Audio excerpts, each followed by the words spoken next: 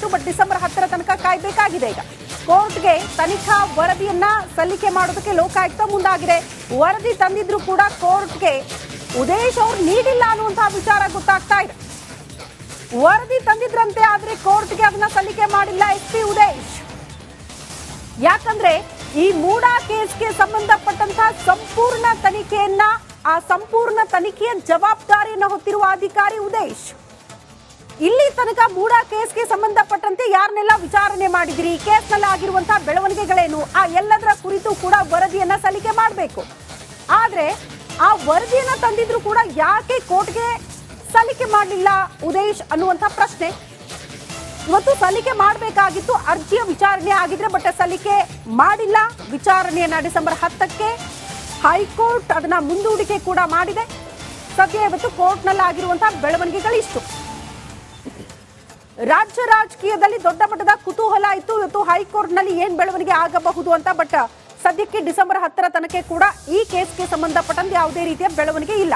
ಈ ಬಗ್ಗೆ ಮತ್ತಷ್ಟು ಡೀಟೇಲ್ಸ್ ಅನ್ನ ಕೊಡ್ತಾ ಹೋಗ್ತಾರೆ ನಮ್ಮ ಸಹೋದ್ಯೋಗಿ ನಾಗೇಂದ್ರ ಬಾಬು ನೇರ ಸಂಪರ್ಕದಲ್ಲಿ ಜಾಯಿನ್ ಆಗ್ತಿದ್ದಾರೆ. ನಾಗೇಂದ್ರ ಬಾಬು, ನನ್ನ ಆರಂಭದಿಂದಲೂ ಕೂಡ ಹೇಳ್ತಾ ಇದೆ, ಸಿಎಂ ಸಿದ್ದರಾಮಯ್ಯನವರಿಗೆ ದೊಡ್ಡ ಮಟ್ಟದ ಟೆನ್ಷನ್ ಇತ್ತು. ಕಾರಣ ಲೋಕಾಯುಕ್ತ ಅಂದಾಗ ಭಯ ಇಲ್ಲ, ಬದಲಾಗಿ CBIಗೆ ಕೊಟ್ಬಿಟ್ರೆ ಏನ್ ಮಾಡೋದು ಅನ್ನುವಂತಹ ಆತಂಕ ಇತ್ತು. ಬಟ್ ತಾತ್ಕಾಲಿಕ ರಿಲೀಫ್ ಅಂತ ಕನ್ಸಿಡರ್ ಮಾಡಬಹುದಾ ಡಿಸೆಂಬರ್ 10ರ ತನಕ? ನೋಡಿ ಶ್ರುತಿ, ಇವತ್ತು ಪ್ರಮುಖವಾಗಿ ಸಿಎಂ ಸಿದ್ದರಾಮಯ್ಯ ಅವರು ಇವತ್ತು ಮೂಡಾ ಟೆನ್ಷನ್ ವಿಚಾರವಾಗಿ ಯಾವ ನಿಲುವನ್ನ ತೆಗೆದುಕೊಳ್ತಾರೆ ಅಂತೇಳಿ ಸಾಕಷ್ಟು ಚರ್ಚೆಗಳಾಗ್ತಾ ಇತ್ತು. ಯಾಕೆ ಅಂತಂದ್ರೆ ಹೈಕೋರ್ಟ್ ನಲ್ಲಿ ಸ್ನೇಹಮಯಿ ಕೃಷ್ಣ ಅಂದ್ರೆ ದೂರುದಾರರು ಹಾಗೆ RTI ಕಾರ್ಯಕರ್ತ ಆಗಿರುವಂತಹ ಸ್ನೇಹಮಯಿ ಕೃಷ್ಣ ಅವರು, ನಮಗೆ ಲೋಕಾಯುಕ್ತದ ಮೇಲೆ ಅದರ ತನಿಖೆಯ ಮೇಲೆ ಭರವಸೆ ಇಲ್ಲ, ಹಾಗಾಗಿ ಈ ಒಂದು ಹಗರಣದ ಪ್ರಕರಣವನ್ನ ನೀವು CBIಗೆ ವರ್ಗಾವಣೆ ಮಾಡಬೇಕು ಅಂತೇಳಿ ಅದಕ್ಕೆ ಹೈಕೋರ್ಟ್ ನಿರ್ದೇಶನವನ್ನ ಕೊಡಬೇಕು ಅಂತ ಹೇಳಿ ಹೈಕೋರ್ಟ್ಗೆ ಒಂದು ಅರ್ಜಿಯನ್ನ ಸಲ್ಲಿಸಿದ್ರು. ಆ ಅರ್ಜಿ ವಿಚಾರಣೆಯನ್ನು ನಡೆಸಬೇಕು ಅಂತೇಳಿ ಅವರು ಮನವಿಯನ್ನು ಕೂಡ ಮಾಡಿಕೊಂಡಿದ್ರು. ಇವತ್ತು ಹೈಕೋರ್ಟ್ನ ಪೀಠ ಇವತ್ತು ಇದರ ವಿಚಾರಣೆ ನಡೆಸೋದಾಗಿ ತಿಳಿಸಿತ್ತು. ಆದ್ರೆ ಇದೇ ಸಂದರ್ಭದಲ್ಲಿ ಲೋಕಾಯುಕ್ತ ಅಧಿಕಾರಿಗಳು ಇಲ್ಲಿಯವರೆಗೂ ಮೂಡಾ ಪ್ರಕರಣಕ್ಕೆ ಸಂಬಂಧಪಟ್ಟಂತೆ ಏನೆಲ್ಲ ತನಿಖೆಯನ್ನು ನಡೆಸಿದ್ರು ಅದರ ಪ್ರೋಗ್ರೆಸ್ ರಿಪೋರ್ಟ್ ಕಾರ್ಡ್ನೊಂದಿಗೆ ಇವತ್ತು ಬೆಳಗ್ಗೆ ಆಗಮಿಸಿದ್ರು. ಯಾವಾಗ ಹೈಕೋರ್ಟ್ ನಲ್ಲಿ ಇದನ್ನ ಡಿಸೆಂಬರ್ 10ನೇ ತಾರೀಕು ವಿಚಾರಣೆಯನ್ನ ನಡೆಸೋಣ ಅಂತೇಳಿ ಹೈಕೋರ್ಟ್ ನ ಪೀಠದಲ್ಲಿದ್ದಂತಹ ನ್ಯಾಯಮೂರ್ತಿಗಳು ತಿಳಿಸ್ತಾ ಇದ್ದಂತೆ ಆ ರಿಪೋರ್ಟ್ ಕಾರ್ಡ್ ಅಂದ್ರೆ ಪ್ರೋಗ್ರೆಸ್ ರಿಪೋರ್ಟ್ ಕಾರ್ಡ್ ಅನ್ನ ಸಬ್ಮಿಟ್ ಮಾಡಿಲ್ಲ. ನೋಡಿ, ಇಲ್ಲಿ ಬಹಳ ಪ್ರಮುಖವಾಗಿ ಈ ಒಂದು ಪ್ರೋಗ್ರೆಸ್ ರಿಪೋರ್ಟ್ ಅಲ್ಲಿ ಇದ್ದದ್ದೇನಂತಂದ್ರೆ ಈ ಒಂದು FIR ದಾಖಲಾಗುತ್ತೆ. FIR ನಲ್ಲಿ A1 ಅಂತೇಳಿ ಸಿಎಂ ಸಿದ್ದರಾಮಯ್ಯ ಅವರು ಇರ್ತಾರೆ, A2 ಪಾರ್ವತಿ ಅವರು ಇರ್ತಾರೆ, A3 ಮತ್ತು A4 ಭಾಮೈದ ಹಾಗೂ ಸಹೋದರರ ನೇಮು ಕೂಡ ಅಲ್ಲಿ ಉಲ್ಲೇಖ ಆಗಿರುತ್ತೆ. ಇದರ ಜೊತೆಯಲ್ಲಿ ಲೋಕಾಯುಕ್ತ ಅಧಿಕಾರಿಗಳು ಡೇ 1 ಇಂದ ಇಲ್ಲಿಯವರೆಗೂ ಏನೆಲ್ಲ ತನಿಖೆಯನ್ನ ನಡೆಸಿದ್ದಾರೆ, ಯಾವ ರೀತಿಯಾಗಿ ತನಿಖೆಯನ್ನು ನಡೆಸಿದ್ರು, ತನಿಖೆಯ ಸಂದರ್ಭದಲ್ಲಿ ಯಾರನ್ನೆಲ್ಲ ವಿಚಾರಣೆಗೊಳಪಡಿಸಿದ್ರು, ವಿಚಾರಣೆ ನಡೆಸಿದಂತ ಸಂದರ್ಭದಲ್ಲಿ ಲೋಕಾಯುಕ್ತ ತನಿಖಾಧಿಕಾರಿಗಳು ಏನ್ ಪ್ರಶ್ನೆಯನ್ನ ಮಾಡಿದ್ರು, ಅದಕ್ಕೆ ಯಾವ ರೀತಿಯಾದಂತಹ ಉತ್ತರ ಸಿಕ್ಕಿತ್ತು ಅನ್ನೋದ್ರ ಬಗ್ಗೆ ಸವಿಸ್ತಾರವಾದಂತಹ ಒಂದು ಪ್ರೋಗ್ರೆಸ್ ರಿಪೋರ್ಟ್ ಅನ್ನ ರೆಡಿ ಮಾಡಿದ್ರು.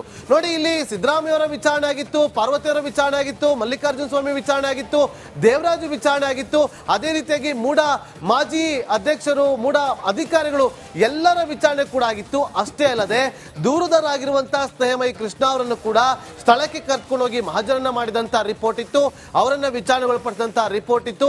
ಇದರ ಜೊತೆಯಲ್ಲಿ ಬೇರೆ ಬೇರೆ ಆಯಾಮದಲ್ಲೂ ಕೂಡ ತನಿಖೆಯನ್ನ ನಡೆಸಿದ್ರು. ಈ ಎಲ್ಲಾ ಪ್ರೋಗ್ರೆಸ್ ರಿಪೋರ್ಟ್ ಅನ್ನ ಒಂದು ರೆಡಿ ಮಾಡಿಕೊಂಡು ಇವತ್ತು ಹೈಕೋರ್ಟ್ಗೆ ಸಲ್ಲಿಸೋದಕ್ಕೆ ಲೋಕಾಯುಕ್ತ ಅಧಿಕಾರಿಗಳು ಕೂಡ ಆಗಮಿಸಿದ್ರು. ಆದ್ರೆ ಯಾವಾಗ ಇವತ್ತು ಮೂಡಾ ವಿಚಾರವಾಗಿ ಹೈಕೋರ್ಟ್ನ ಏಕಸದಸ್ಯ ಪೀಠದಲ್ಲಿ ಸುಪ್ರೀಂ ಅಂದ್ರೆ CBIಗೆ ತನಿಖೆಯನ್ನ ವಹಿಸಬೇಕಾ ಬೇಡವಾ ಅನ್ನೋದ್ರ ಬಗ್ಗೆ ವಿಚಾರಣೆಯನ್ನ ಆರಂಭ ಮಾಡೋದಕ್ಕಿಂತ ಮುಂಚೆ ಇದನ್ನ 10ನೇ ತಾರೀಕು ನಾವು ವಿಚಾರಣೆಯನ್ನ ನಡೆಸೋಣ ಅಂತೇಳಿ ಸೂಚಿಸ್ತಾ ಇದ್ದಂತೆ ಲೋಕಾಯುಕ್ತ ಅಧಿಕಾರಿಗಳು ಅಲ್ಲಿ ರಿಪೋರ್ಟ್ ಅನ್ನ ಸಬ್ಮಿಟ್ ಮಾಡದೆ ಅದನ್ನ ವಾಪಸ್ ತೆಗೆದುಕೊಂಡು ಹೋಗಿದ್ದಾರೆ. ಯಾಕೆ ಅಂತಂದ್ರೆ ಈ ಒಂದು ವಿಚಾರಣೆ ನಡೆಯೋದಿದೆಯಲ್ಲ, ಇಲ್ಲಿ ಯಾವ ಕಾರಣಕ್ಕೋಸ್ಕರ CBIಗೆ ಕೊಡಬೇಕು ಅಂತೇಳಿ ದೂರುದಾರ ಪರ ವಕೀಲರು ಅಲ್ಲಿ ವಾದವನ್ನ ಮಂಡಿಸ್ತಾರೆ, ಯಾವ ಕಾರಣಕ್ಕಾಗಿ ಕೊಡಬಾರ್ದು ಅಂತೇಳಿ ಸಿದ್ದರಾಮಯ್ಯ ಪರ ವಕೀಲರು ಕೂಡ ಅಲ್ಲಿ ವಾದವನ್ನ ಪ್ರತಿವಾದವನ್ನ ಕೂಡ ಮಂಡಿಸ್ತಾ ಹೋಗ್ತಾರೆ. ಅದೆಲ್ಲವೂ ಕೂಡ ಸ್ಟ್ಯಾಂಡ್ ಆಗೋದು ಲೋಕಾಯುಕ್ತ ಅಧಿಕಾರಿಗಳು ಇಲ್ಲಿಯವರೆಗೂ ಕೂಡ ತನಿಖೆ ನಡೆಸಿ ಅದರ ವರದಿಯನ್ನ ರೆಡಿ ಮಾಡಿ ಆ ಪ್ರೋಗ್ರೆಸ್ ರಿಪೋರ್ಟ್ ಅನ್ನ ಸಬ್ಮಿಟ್ ಮಾಡ್ತಾರಲ್ಲ, ಆ ಪ್ರೋಗ್ರೆಸ್ ರಿಪೋರ್ಟ್ ಅಲ್ಲಿ ಏನೆಲ್ಲ ಅಂಶಗಳಿರುತ್ತೆ ಅದರ ಆಧಾರದಲ್ಲಿ ಅವರು CBIಗೆ ಕೊಡಬೇಕಾ ಬೇಡವಾ ಅನ್ನೋದ್ರ ಬಗ್ಗೆ ವಾದ ಪ್ರತಿವಾದ ವಿಚಾರಣೆ ಕೂಡ ನಡೀತಾ ಇತ್ತು. ಆದ್ರೆ ಇವತ್ತು ಬಾಬು ವಾಪಸ್ ಬರ್ತೀನಿ. ಹಾಗೆ ಸಂಪರ್ಕದಲ್ಲಿರಿ. ಹೈಕೋರ್ಟ್ ಮುಂಭಾಗದಿಂದ ನನ್ನ ಸಹೋದ್ಯೋಗಿ ಶ್ರೀಪಾದ್ ಪಾಟೀಲ್ ಕೂಡ ನೇರ ಸಂಪರ್ಕದಲ್ಲಿ ಜಾಯ್ನ್ ಆಗ್ತಿದ್ದಾರೆ. ಶ್ರೀಪಾದ್, ಬಹಳ ಕುತೂಹಲ ಇತ್ತು, ಎಲ್ಲರ ಚಿತ್ತ ಹೈಕೋರ್ಟ್ನತ್ತ ಅನ್ನೋ ರೀತಿಯಲ್ಲಿ. ಕಾರಣ ಲೋಕಾಯುಕ್ತ ವರದಿ ಸಲ್ಲಿಕೆ ಆಗಬೇಕಾಗಿತ್ತು, ಸಿಬಿಐಗೆ ನೀಡಬೇಕಾ ನೀಡಬಾರದೆ ಈ ಅರ್ಜಿಯ ವಿಚಾರಣೆ ಕೂಡ ಆಗಬೇಕಾಗಿತ್ತು. ಬಟ್ ಅದೆಲ್ಲವೂ ಕೂಡ ಈಗ ಡಿಸೆಂಬರ್ 10ಕ್ಕೆ ಮುಂದೂಡಿಕೆ ಆಗಿರೋದು. ಹೈಕೋರ್ಟ್ನಲ್ಲಿ ಇವತ್ತಾಗಿರುವಂತಹ ಬೆಳವಣಿಗೆ ಬಗ್ಗೆ ಮಾಹಿತಿ ಕೊಡೋದಾದ್ರೆ. ಎಸ್ ಶ್ರುತಿ, ಈಗಾಗಲೇ ನಾವು ಗಮನಿಸ್ತಾ ಇದ್ವಿ, ಮೂಡ ಹಗರಣದ ವಿಚಾರಕ್ಕೆ ಸಂಬಂಧಪಟ್ಟಂತೆ ಲೋಕಾಯುಕ್ತ ತನಿಖೆಯನ್ನ ಎದುರಿಸಿದಂತಹ ಮುಖ್ಯಮಂತ್ರಿಗಳು ಮುಂದೇನು ಅನ್ನುವಂತಹ ಒಂದು ಬಿಗ್ ಕ್ವಶನ್ ಕಾಡ್ತಾ ಇತ್ತು. ಈಗ ಸದ್ಯಕ್ಕೆ ಇದನ್ನ ಸಿಬಿಐಗೆ ವಹಿಸಬೇಕು ಅನ್ನುವಂಥದ್ದು ಸ್ನೇಹಮಯಿ ಕೃಷ್ಣ ಅವರು, ಅದಕ್ಕಾಗಿ ಅವರು ಆ ಒಂದು ಅರ್ಜಿಯನ್ನು ಕೂಡ ಸಲ್ಲಿಸಿದ್ರು. ಮುಖ್ಯವಾಗಿ ಅವರ ಕಾರಣವನ್ನ ಉಲ್ಲೇಖ ಮಾಡಿದ್ರು. ಮುಖ್ಯಮಂತ್ರಿಗಳ ಅಧೀನದಲ್ಲಿ ಇರುವಂತಹ ತನಿಖಾ ಸಂಸ್ಥೆ ಈ ಲೋಕಾಯುಕ್ತ ಸಂಸ್ಥೆ. ಈ ಲೋಕಾಯುಕ್ತ ಸಂಸ್ಥೆಯಿಂದ ನಾವು ಯಾವ ರೀತಿಯ ತನಿಖೆಯನ್ನು ನಿರೀಕ್ಷೆ ಮಾಡಬಹುದು, ಹೀಗಾಗಿ ಇದು ಸಿಬಿಐಗೆ ವಹಿಸಬೇಕು, ಸಿಬಿಐ ಇಂದ ತನಿಖೆ ಆಗಬೇಕು ಅನ್ನುವಂಥದ್ದು ಅವರ ಪ್ರಬಲ ವಾದ ಆಗಿತ್ತು. ಇದೇ ವಿಚಾರಕ್ಕೆ ಸಂಬಂಧಪಟ್ಟಂಗೆ ವಿಭಾಗೀಯ ಪೀಠದಲ್ಲಿ ದೇವರಾಜ್ ಅವರು ಕೂಡ ಅರ್ಜಿಯನ್ನು ಸಲ್ಲಿಸಿದ್ದಾರೆ. ಆ ಅರ್ಜಿಯ ವಿಚಾರಣೆ ಡಿಸೆಂಬರ್ 5ಕ್ಕೆ ಬರ್ತಾ ಇದೆ. ಸೊ ದೇವರಾಜು ಪರ ವಕೀಲರು ಇಲ್ಲಿ ಪ್ರಸ್ತಾಪ ಮಾಡಿದಂತ ವಿಚಾರ ಏನಂತಂದ್ರೆ, ವಿಭಾಗೀಯ ಪೀಠದಲ್ಲಿ 5ನೇ ತಾರೀಕು ಇದರ ವಿಚಾರಣೆ ಬರ್ತಾ ಇರೋದ್ರಿಂದ ಸದ್ಯಕ್ಕೆ ಸಿಬಿಐಗೆ ವಹಿಸಬೇಕು ಅನ್ನುವಂತ ಈ ಅರ್ಜಿ ವಿಚಾರಣೆ ಏನಿದೆ ಇದನ್ನ ತಗೋಬಾರದು, 5ನೇ ತಾರೀಕು ಅಲ್ಲಿ ವಿಚಾರಣೆಗೆ ಬಂದ ನಂತರ ಇದನ್ನ ತಗೊಳ್ಳಿ ಮಹಾಸ್ವಾಮಿ ಅಂತ ಹೇಳಿ ಮನವಿಯನ್ನ ಮಾಡಿಕೊಂಡಾಗ ಅಂತಿಮವಾಗಿ ಡಿಸೆಂಬರ್ 10ಕ್ಕೆ ವಿಚಾರಣೆಯನ್ನ ಮುಂದೂಡಲಾಗಿದೆ. ಡಿಸೆಂಬರ್ 10ರವರೆಗೂ ರಿಲೀಫ್ ಅಂತ ಹೇಳಬಹುದು. ಡಿಸೆಂಬರ್ 10ನೇ ತಾರೀಕು 2ವರೆಗೆ ಸಮಯವನ್ನು ಮುಂದುವರೆದು ಏನೆಲ್ಲ ಬೆಳವಣಿಗೆ ಆಗುತ್ತೆ ಕಾದ್ ನೋಡೋಣ. ಧನ್ಯವಾದಗಳು ತಮ್ಮೆಲ್ಲ ಮಾಹಿತಿಗೆ. ಮತ್ತೊಂದು ಕಡೆ ನಾಗೇಂದ್ರ ಬಾಬು ಕೂಡ ಮಾಹಿತಿ ಕೊಡ್ತಾ ಇದ್ರು, ಧನ್ಯವಾದಗಳು. ಒಟ್ಟಲ್ಲಿ ಮೂಡಾ ಹಗರಣಕ್ಕೆ ಸಂಬಂಧಪಟ್ಟಂತೆ ಸಿಎಂ ಸಿದ್ದರಾಮಯ್ಯನವರಿಗೆ ಇವತ್ತು ಬಿಗ್ ಡೇ. ಹೈಕೋರ್ಟ್ ನಲ್ಲಿ ಮೂಡಾ ಕೇಸ್ ವಿಚಾರಣೆ ಆರಂಭ. ನ್ಯಾಯಮೂರ್ತಿ ನಾಗಪ್ರಸನ್ನ ಪೀಠದಲ್ಲಿ ವಿಚಾರಣೆ ಆರಂಭ ಆಗಿದೆ. ಹೈಕೋರ್ಟ್ ನಲ್ಲಿ ಮೂಡಾ ಕೇಸ್ ವಿಚಾರಣೆ ಆರಂಭ. ಬಿಗ್ ಬಿಗ್ ಬಿಗ್ ಡೇ ಇವತ್ತು ಸಿಎಂ ಸಿದ್ದರಾಮಯ್ಯನವರಿಗೆ. ಕಾರಣ ಎಲ್ಲರ ಚಿತ್ತ ಹೈಕೋರ್ಟ್ನತ್ತ. ಮೂಡಾ ಹಗರಣವನ್ನ ಸಿಬಿಐ ತನಿಖೆಗೆ ವಹಿಸಬೇಕು ಅಂತ ಅರ್ಜಿ ಸಲ್ಲಿಕೆ ಮಾಡಿದ್ರು ದೂರುದಾರ ಸ್ನೇಹಮಯಿ ಕೃಷ್ಣ. ಆ ಅರ್ಜಿಗೆ ಸಂಬಂಧಪಟ್ಟಂತೆ ವಿಚಾರಣೆ ಆರಂಭ ಆಗಿತ್ತು. ಬಟ್ ಈಗ ಸಿಗ್ತಾ ಇರುವಂತಹ ಮಾಹಿತಿ ವಿಚಾರಣೆ ಮುಂದೂಡಿಕೆ ಆಗಿದೆ. ಡಿಸೆಂಬರ್ 10ಕ್ಕೆ ಮೂಡಾ ವಿಚಾರಣೆ ಮುಂದೂಡಿಕೆ.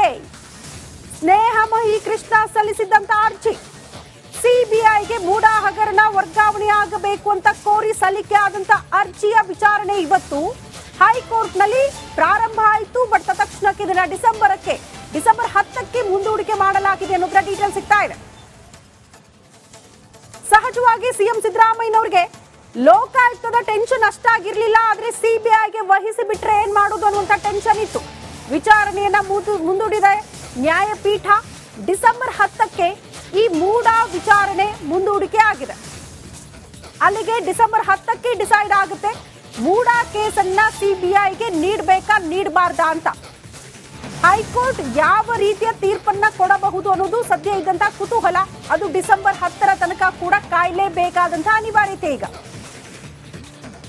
ಲೋಕಾಯುಕ್ತ ಅಧಿಕಾರಿಗಳು ಈ ಕೇಸ್ಗೆ ಸಂಬಂಧಪಟ್ಟಂತೆ ಇಲ್ಲಿ ತನಕ ಏನೆಲ್ಲ ತನಿಖೆ ಮಾಡಿದ್ದಾರೆ, ಏನೆಲ್ಲ ಬೆಳವಣಿಗೆ ಆಗಿದೆ, ಆ ಕುರಿತ ಸಂಪೂರ್ಣ ವರದಿಯನ್ನ ಕೂಡ ಹೈಕೋರ್ಟ್ಗೆ ಸಲ್ಲಿಕೆ ಮಾಡಬೇಕಾಗುತ್ತೆ.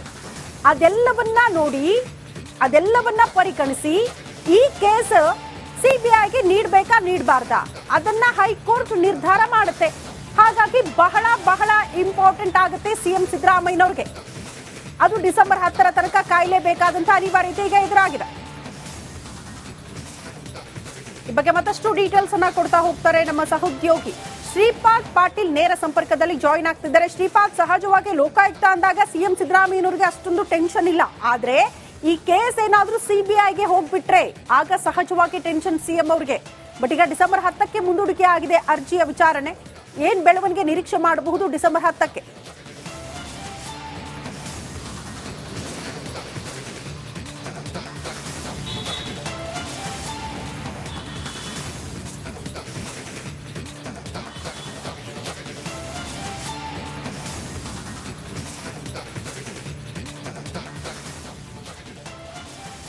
ಹೈಕೋರ್ಟ್ಗೆ ಸ್ನೇಹಮಯಿ ಕೃಷ್ಣ ಸಲ್ಲಿಸಿದಂತ ಅರ್ಜಿ ಮೂಡಾ ಹಗರಣವನ್ನ ಸಿಬಿಐಗೆ ನೀಡಬೇಕು ಅಂತ ಸಂಬಂಧಪಟ್ಟಂತಹ ಅರ್ಜಿ.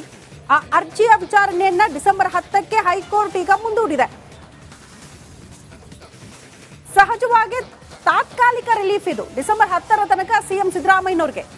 ಯಾಕಂದ್ರೆ ಈಗಿರುವಂತಹ ಬೆಳವಣಿಗೆಯನ್ನ ನೋಡಿದ್ರೆ ಬಹುತೇಕ ಈ ಕೇಸ್ ಸಿಬಿಐಗೆ ಹೋಗುವ ಸಾಧ್ಯತೆಗಳು ದಟ್ಟವಾಗಿದೆ ಅನ್ನುವಂತಹ ಲೆಕ್ಕಾಚಾರಗಳು, ಅಂತ ವಿಶ್ಲೇಷಣೆಗಳು ರಾಜಕೀಯ ವಲಯದಲ್ಲಿ ಕೆಲವು ಸಿಗ್ತಾ ಇತ್ತು.